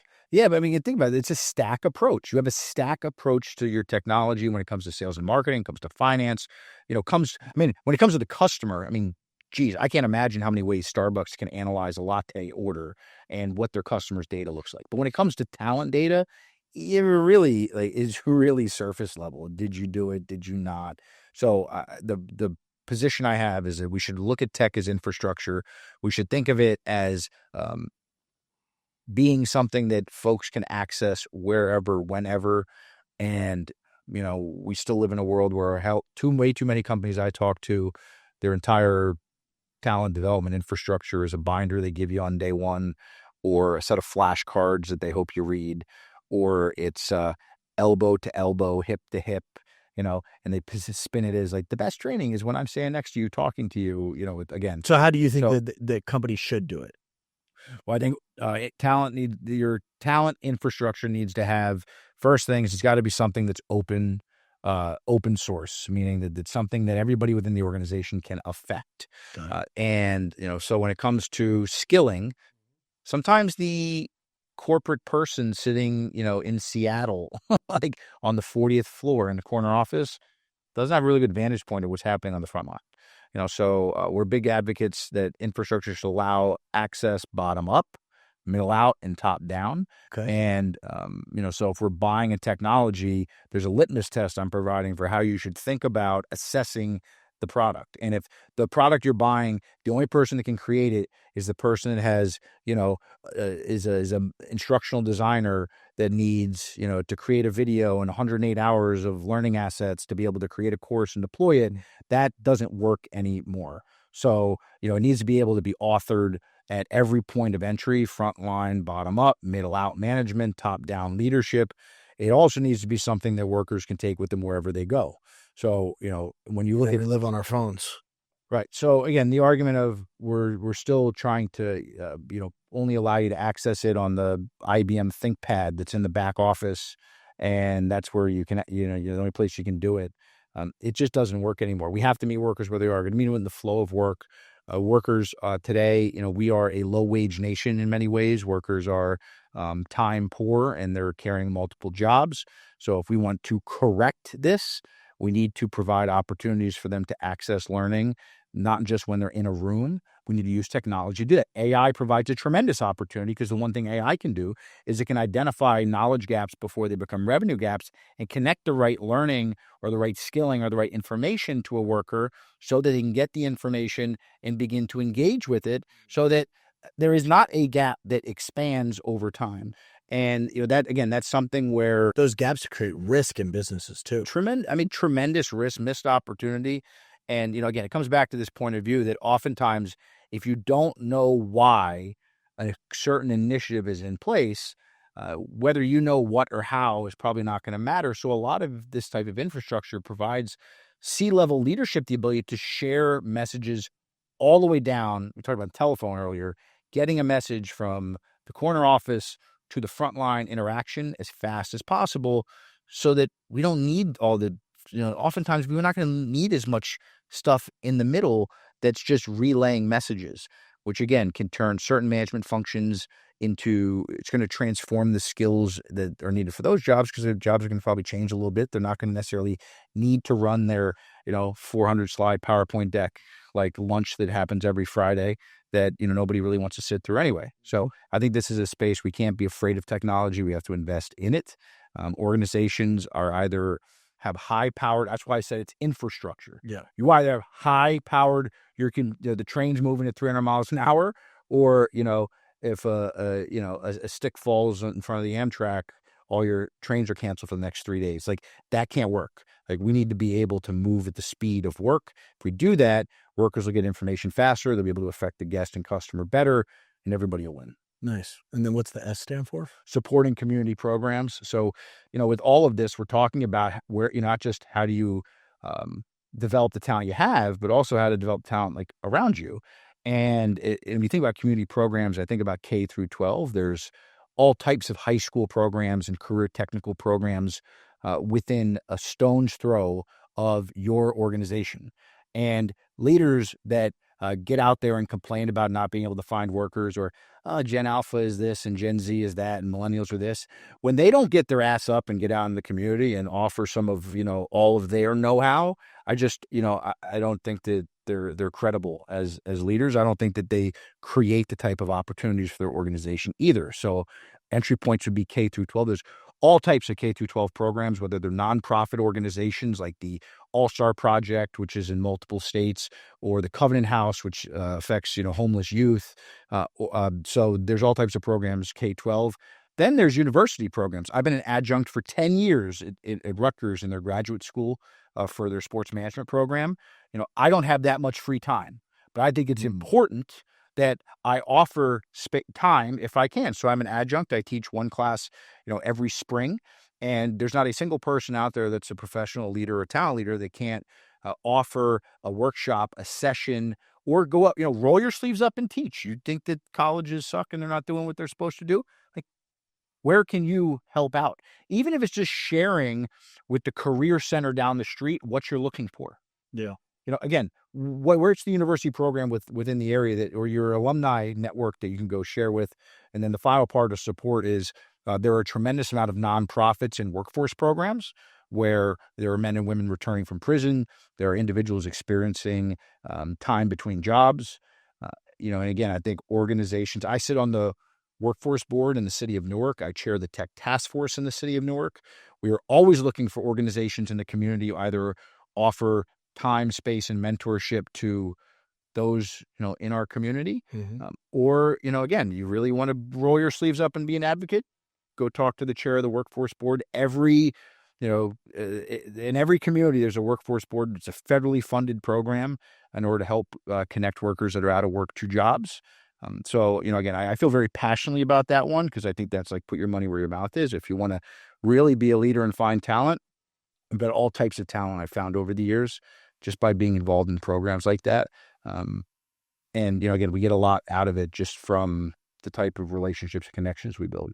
Yeah. And I think that identifying talent, just going back to like our sports side of things, the NFL Combine with the development of talent, like you have to first identify it, you have to then develop it, and then you have to actually keep them in-house so where there's an opportunity to bring them up, which is really important. And I think that people forget the fact that identifying talent doesn't mean you're identifying someone who's already skilled and already trained up. You're identifying the traits that have the opportunity to grow. So like I want to find someone who is, I want someone to be smart. Number two, I want someone to be enthusiastic about the job. And then number three, I want someone to have this kind of problem-solving mindset because things that they kind of come into are going to change. Are there things that you look for when it comes to identifying talent that are like the must-have insights for like an HR lead? Say, hey, this is what you need to start thinking about for identifying talent, or as a leader, like here's what you should do based on all of the talent that you've seen over the years that play the game and upskill on your end. Yeah, skill set, habit set, and character set. I mean, the skill set is the one that, is actually the easiest to measure if you have an assessment product in place or an assessment platform in place. There's nothing wrong with asking a candidate to complete some type of assessment during the interview process to understand where they sit so that you can connect them to the right position. Me asking you to do an SAT to even apply for a job would probably piss you off. So it's how you position an assessment, but you first got to understand the skill set. Second, you got to understand their habit set. And that's something you usually get through your interview process and the way you ask questions.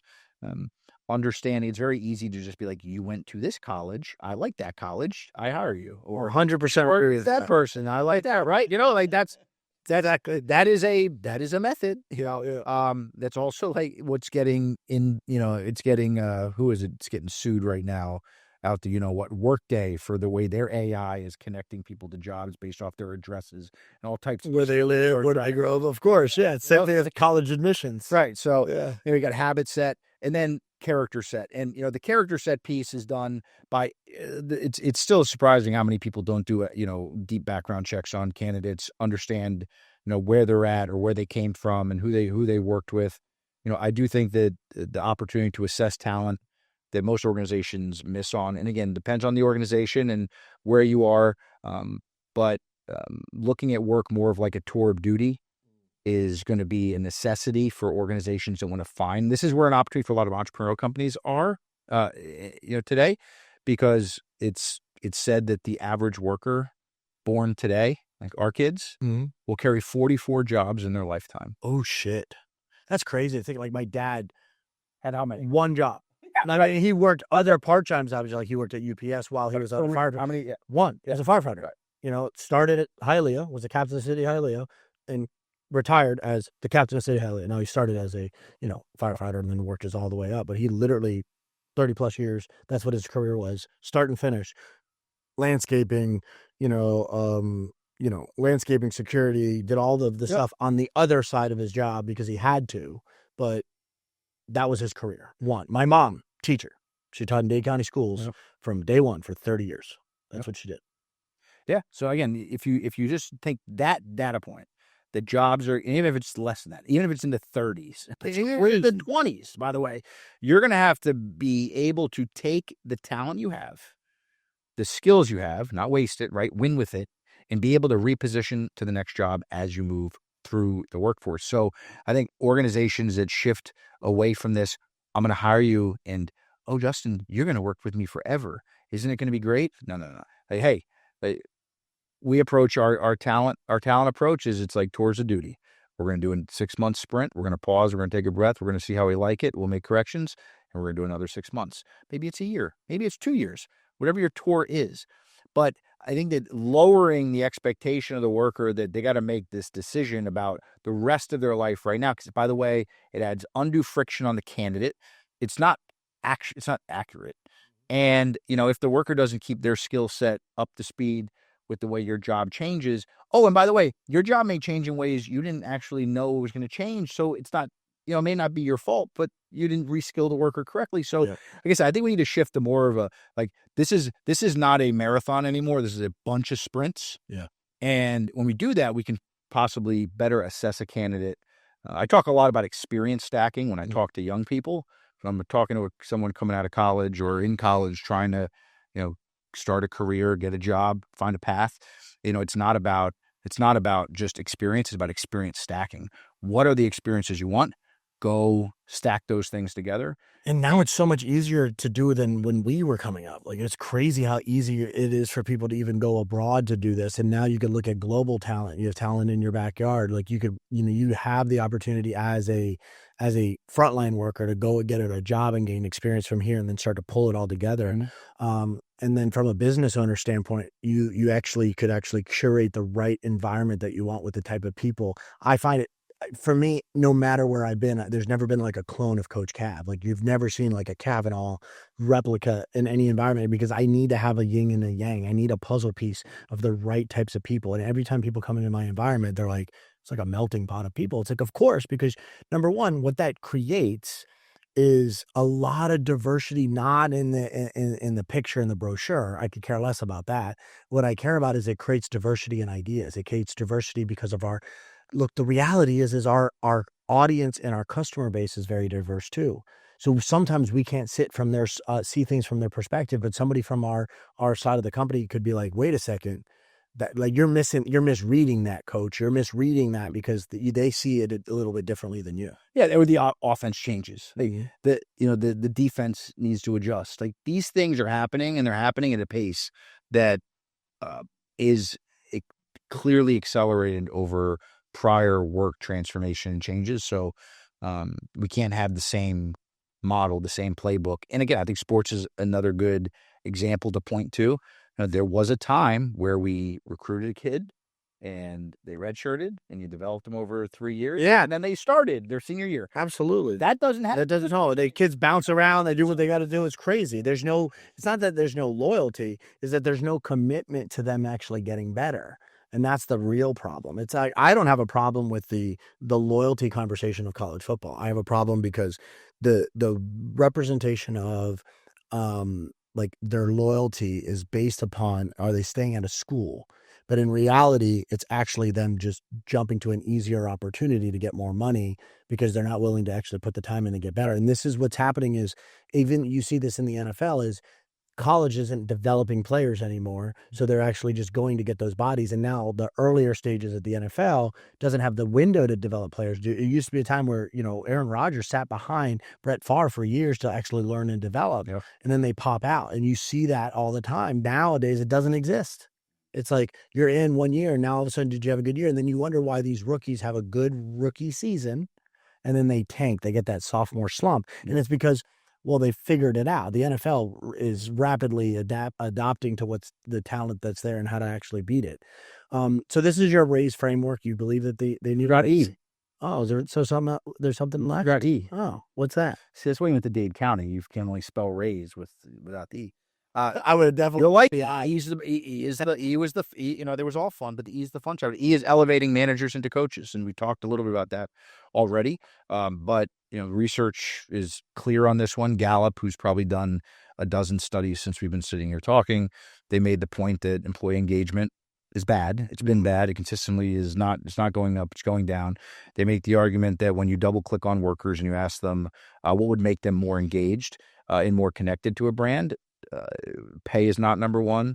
Health benefits is not number one. Number one is having a manager that affects them in a way similar to a coach. And so all types of research coming out of Gallup talking about the power of a coach and what that means to do it. So in the book, we spend time talking about how do organizations elevate managers into coaches and what are the requirements of doing that. We talk about great coaches that create the right environment. We talk about coaches that the way that they provide feedback. We talk about the way coaches are willing to make things hard. The three tenets of coaching and what we think have to be present for coaches to affect workers. As I said earlier, we got to challenge and not be afraid of failure. We have to lean into it. We got to be continuous. There's got to be consistency, and we got to be willing to compete and want to win, and be willing to be crazy about measuring and managing to growth. Those three things have to be present, and those three, coaches are not afraid of competition. Coaches are not afraid of doing things every day. Coaches empty their cup, and the days of the manager who is just checking in, that type of work is. We talk a lot about AI taking jobs. Yeah, that function's done. Yeah, that's over. It might not be. It's the hole. The 6-foot hole is ready to go for the casket on that one, and the managers are going right in it. So that's now that spells raise. RAISE. See, I wouldn't have known that. That's the 305 in me. 954. Yeah, there. Yeah. When you get to Broward County, I get it. All right. Last thing I want to talk about, because I think this is so cool. We had this really good conversation, and it caught me in my tracks when you basically was like, you're completely wrong. And it changed the way I thought about it. Because I believe that people come in and you have this basically labor. Because I would say there's two fundamental ways to make more money if you are in business, right? You lead with more people.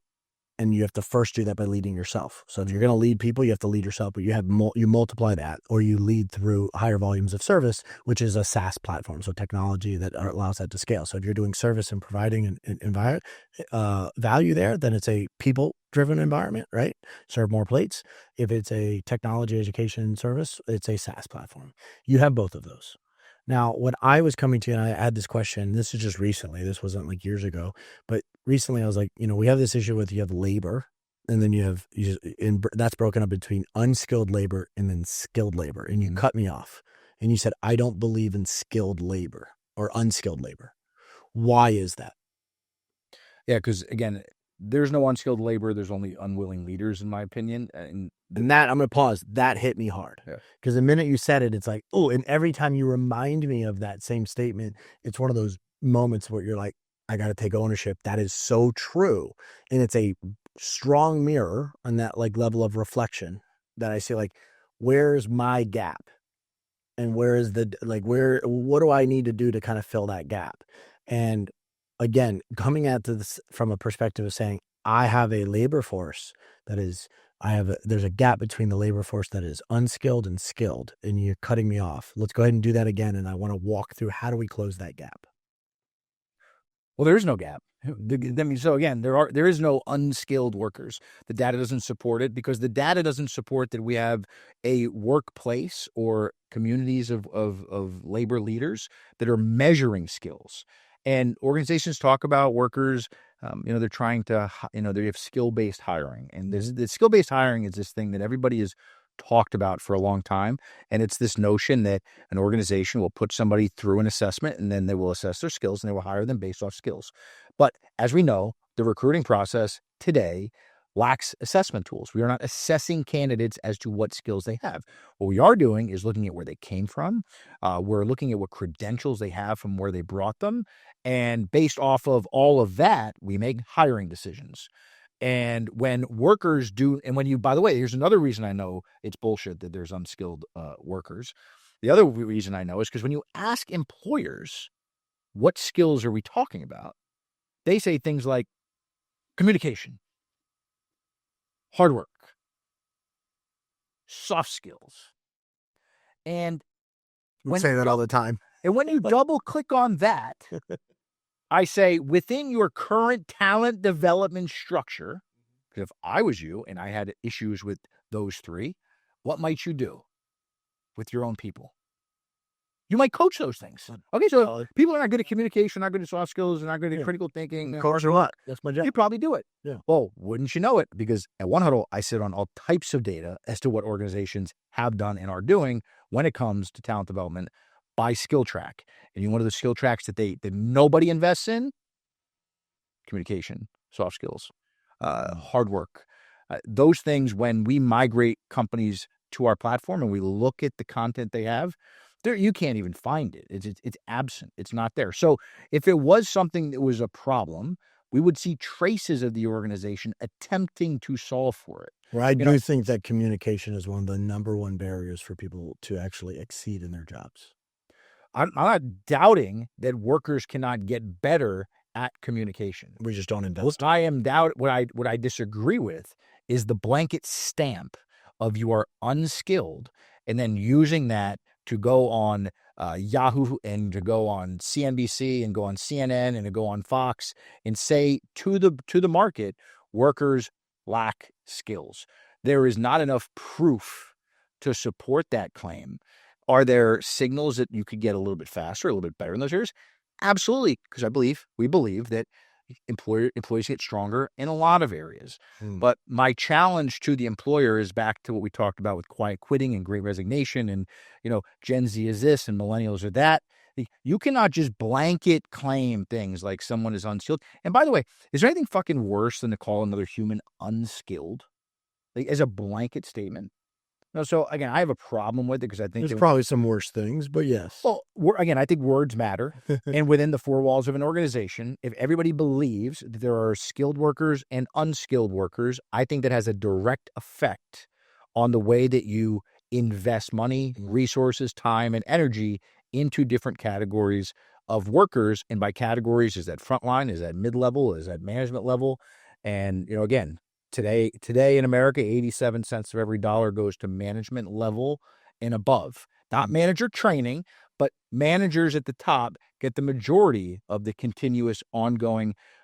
The first one to get the HBR, executive education, 3-day seminar, is not the person that's sitting on the front line. So, again, I think that instead of us using, names and calling things to people that aren't actually have a lot of proof to them, we should roll out solutions to them. And that's the charge I'm trying to make in the book, is that organizations spend less time coming up with fancy phrases to demean workers and maybe spend more time coming up with systems so that they can help the organization win. Absolutely. And I truly believe that you're doing that with One Huddle. I mean, I watched it, 10 years ago now, in the sports performance side at SSI, when we were building out the top sports performance company, and we're training our people on hey, what does the foundations of how we teach? What is the, physical, technical, tactical strategies that we're approaching to our preparation? How do we look at psychological development that is an inner interlace between each one of those things? How do we look at the 4 physical qualities: strength, speed, flexibility, and endurance? How do we break down all of that and layer that on top of the actual positions that we work with? And, your platform helped us do that in the beginning. Now taking this into the workforce that we have today, that's much larger, that has a career destination as a goal. Like, one of our actual goals as a company is to become a career destination for the people that we bring in, so that we have a path to them. And we want to treat it as a way to basically give them some guidance and then some guardrails around that, so we could kind of keep them, on track, but it's all based upon where they want to go. But see, that's like, for your organization, as an example, you have an organizational chart. Mm-hmm. You have jobs today that exist. There may be some that emerge that we're not even aware of. There are some that aren't there that are coming. Yeah. And if we don't allow there to be some sense of transparency for everybody to know what the path is, then you're not going to unlock the full skill, talent, and capabilities of your people, because it's like the equivalent of you remember the old story about there's a story a long time ago talking about the difference between, elite athletes that are preparing for a challenge. So, Navy SEALs. Yep. They train hard, right? Mm-hmm. They're elite in some sense, Yes, no, maybe. I would Okay, imagine cool. so. Yeah. Okay. Yeah. So if they're not, we're in trouble. So it's another tie down. Just getting a yes from me. Week 5 of Navy SEALs Buds training is there's been a million documentaries on it. Hell Week. Yep. The cool thing about Hell Week is they put everybody, through a scenario where they put them out into a space where they're sleep deprived, they're deprived of food, there's chaos that occurs. And one of the things that happens during Buds training is on one of the days, right when they're maybe taking a nap, they wake their asses up and they get into a line. And they get a line on the beach, and they're doing this in Coronado and San Diego. It's cold. It's, there's sand in their boots, and they tell them we're going on a run. And they just start running. They don't tell them how long. They don't tell them how long. They don't tell them for when. And if you were to compare that to something like the New York City Marathon, where if you were to poll most people, they would probably argue that a Navy SEAL is in better condition than a marathon runner. But the marathon runner knows exactly how far they're running. They know exactly how long they're probably going to run it in. They have prepared for months for that race, and they go into it with a clear line of sight to where they want to end up. And in this story, as it happens with back to the Navy SEALs, after a certain amount of time, they stop them, and so many of them have fallen out. Yep. And you'll find that they probably have ran a fraction of the 26 point whatever miles a marathon is. After just about a dozen miles, most of them have backed off. And having a clear goal or objective back to pathways is very important for workers to understand. And you might say, it's really hard for me to figure out how I get the frontline worker to the C-suite or your job. Yep. But we need to at least start somewhere is the challenge in the book. Start somewhere. And for those, there will be some people that read it that may be offended early because for whatever reason, they're getting offended at some of the historical references to work. But the book is like wearing a thong to the beach. Everybody can, not everybody should. So not everybody should read that book. Okay. Yeah, please and don't. that's one of the things. I won't, that's for sure. You definitely shouldn't. But I definitely think that it's for everybody at different levels, even if they want to hear it or not, so they could get educated on where work came from and what is the biggest risk to their current role today, whether that be at the C-suite or at the management level or even at the frontline level. There's risk awareness in this book about where the future of work is going, and do you fit into that, or are you at the place to where you could take it to another level? Because if you do that and you apply some of these principles, there's opportunity for you. But what you've done with One Huddle has been incredible. I think that you're empowering a lot of people, both from the front line to where they don't waste their talent, that they have the opportunity to win, and that they are adding actual bottom line to a business. So I just want to say thank you for that. Appreciate you being a good friend. I appreciate you, being in that seat as a coach and a mentor in an area of my life that I am very weak. And I think that your OCD is rubbing off on me a little bit, not in the Excel spreadsheet or naming conventions, but we're getting there. So I appreciate it. Any last words of wisdom from you?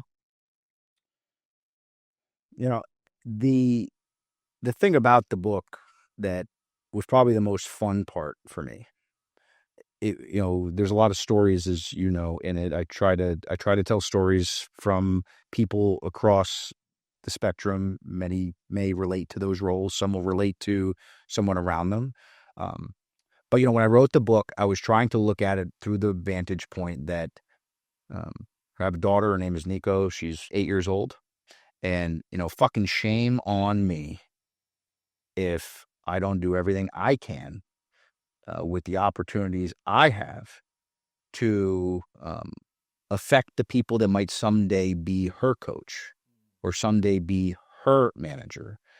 And if I don't try to, and again, this is an exercise in emptying the cup. There's strong opinions weakly held. I think that, but I looked at this through the lens of then the next wave coming into work for the wave that's here.